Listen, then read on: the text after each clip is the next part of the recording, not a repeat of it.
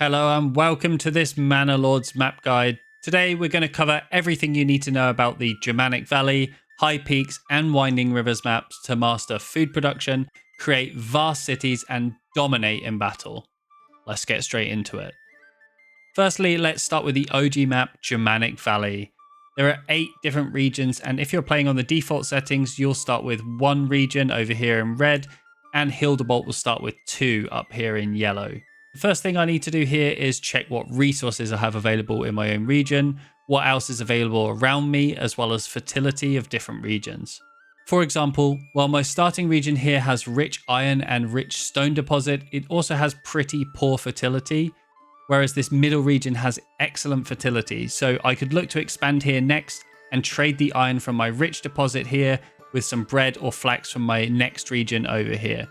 I think it's really important to have a clear idea of where you'd like to expand to into your second region to create a complementary trade route between them, as well as how to spend and allocate development points appropriately.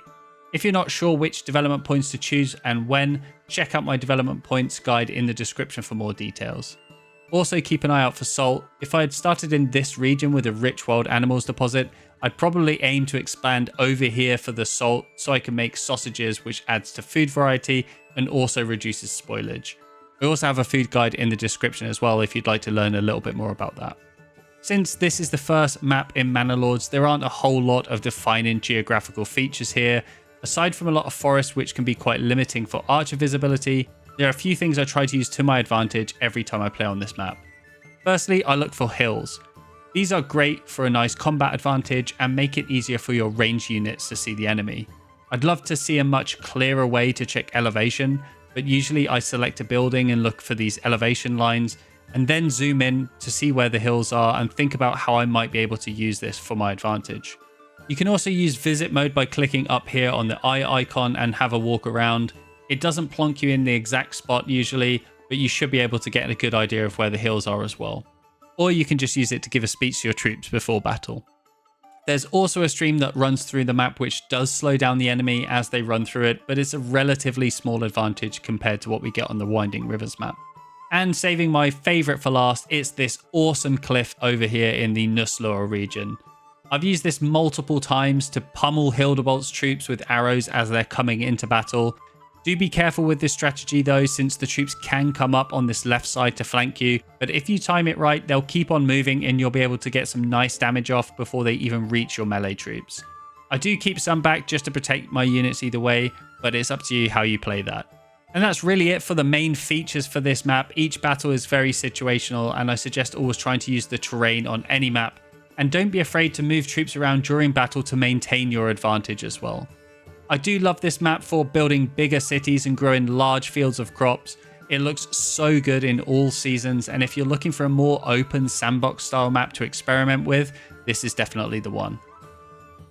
Next up, we've got Winding Rivers, and after an update in November 2024, not only did we get this amazing river map, but we also got bridge building as well.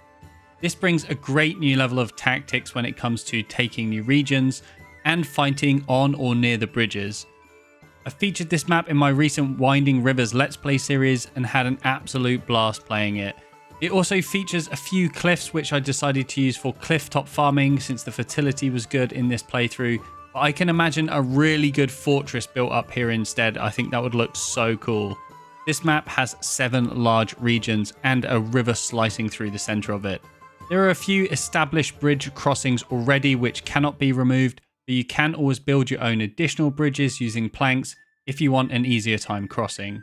Archers and crossbows become incredibly useful on this map, and it could be a useful tactical choice to build your manor next to one of the key bridges if you want to have a garrison tower there as well, and defend against incoming enemy troops. I haven't tried this strategy yet, but let me know in the comments if you have, and if you have any other recommendations. I love to hear them. My main strategy generally has been to use the bridge as a choke point while I use range units attacked from both sides, and so far this has worked incredibly well. This map feels a lot more varied than the Germanic Valley, and with the different elevations to play with, it's a great addition to the game. And lastly, we have the fan favorite. We've got High Peaks. Definitely a very different style of map and visually absolutely stunning as well. High Peaks consists of just 4 regions in this linear layout.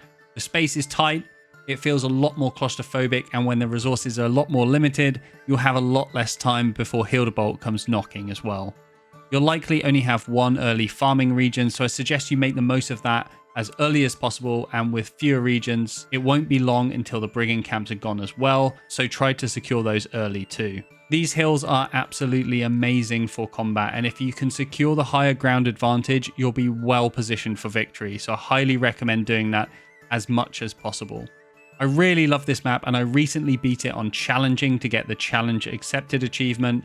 I have a video covering this coming out pretty soon, so make sure you subscribe if you're interested in that. And that's it. Thank you so much for watching. Subscribe for more Manor Lords content every week. Let me know what else you'd like to see in the comments, and as always, I'll see you in the next one.